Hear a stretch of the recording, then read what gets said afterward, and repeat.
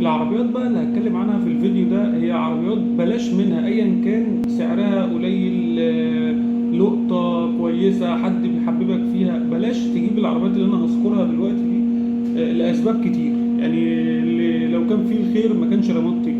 اول عربية معانا هي الفيات سينا. محدش يقعد يقول لك اصل دي 1400 غير ال 1600، لا ال 1600 غير ال 1400. الفيات سينا عربية سيئة محدش بيشتغل فيها، قطع غيارها مش موجودة وغالية، بتسخن، عربية كلها مشاكل. ما تبصش ان هي ثمنها 50,000 جنيه او 45,000 جنيه او 60,000 جنيه او حتى 70,000 جنيه وهي موديل حديث شويه 2003 و2002 وتقول اجيبها. لا بلاش الفيات سينا خالص. في عربيه اسمها فورد سكورت، العربيه دي موديل التسعينات وبتعمل في حدود 35 40,000 جنيه ده يوم ما تتنطط يعني. برضو العربيه دي مش محبوبه ومحدش بيجيبها خالص او محدش بيحبها، ولو حد عايز يبيعها عايز يخلص منها لان هي عربيه مش كويسه. في برضو عربيتين في الفولكس، واحدة اسمها بيونتر باين والتانية باراتي. العربيتين دول البيونتر والباراتي برضو عربيتين نادرين قوي ومش مش متداولين وقطع غيارهم يعتبر مش موجودة. في برضو معانا الاوبترا الشكل القديم هاتشباك. اوبترا الشكل القديم هاتشباك مش الاوبترا العادية. الاوبترا العادية طبعا عربية ممتازة، الاوبترا الشكل القديم هاتشباك برضو حاجاتها مش موجودة خالص، مش منتشرة تماما، عربية قليلة جدا.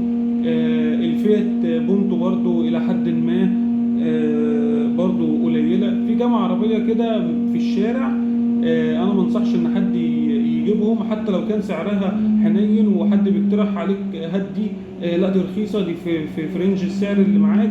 لا انت جيب عربية وتكون منتشرة، يعني مثلا ب 50,000 جنيه وحد يقول لك روح هات فيات سينا، لا ما تجيبش فيات سينا، هات هونداي اكسل او هات شاهين وما تجيبش الفيات سين. على الاقل انت هتجيب هونداي اكسل لو اي حاجه في العربيه باظت هتعرف تشتريها تاني، لو هتجيب لها نص حتى هتلاقي. الشاهين نفس الكلام، لكن ما تروحش تجيب سينا. السينا عربيه مقرفه.